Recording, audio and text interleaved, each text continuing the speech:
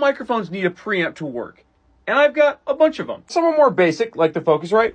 Pretty much everybody got a 2i2, but some like this guy, well, that's a bit more fancy. I have two tube preamps, a DBX676, which is a whole tube channel strip, and then an Art Pro MPA2, which is just two preamps. Now I have those two preamps for specific reasons. That DBX676 pairs quite well with my 7B on vocals. That microphone has a lower output, and so it needs a preamp or a cloud lifter to kind of bring it up to a usable level. Yes, a cloud lifter could have worked, but I wanted something with a bit more options and something that could drive it through a tube with a little bit of grit on it.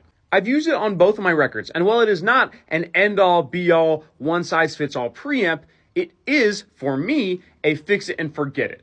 I know generally how my voice works, and I sing at relatively the same volume for a lot of my songs, so I can have a set volume, and I know it's going to sound great going through that preamp. Now, this Art Pro is where I do some more silly things. It is nowhere near as clean, nowhere near as nice, nowhere near as usable, or just great as the DBX676 channel strip, but it sounds interesting, which is very important sometimes. I can really push that tube, put a bass through it, and all of a sudden,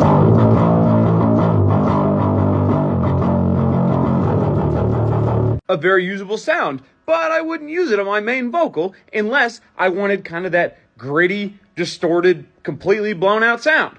I think the moral of the story is I had a sound that I wanted and I knew the gear I needed to get that sound.